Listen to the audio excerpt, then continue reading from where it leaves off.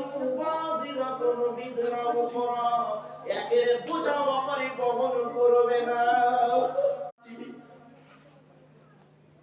কি বুঝলেন?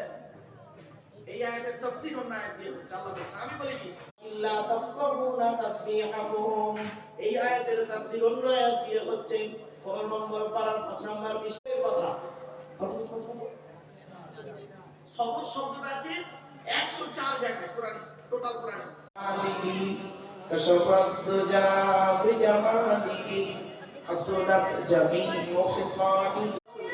ঘন্টার ভিতরে তুমি কোরআন হাদিস থেকে একটা কথা বাইরে বলোনি, কোরআন এবং সহিহ হাদিস থেকে কথাগুলো বলেছো, আমি জান্নাত থেকে নাজাত পেয়ে যাব।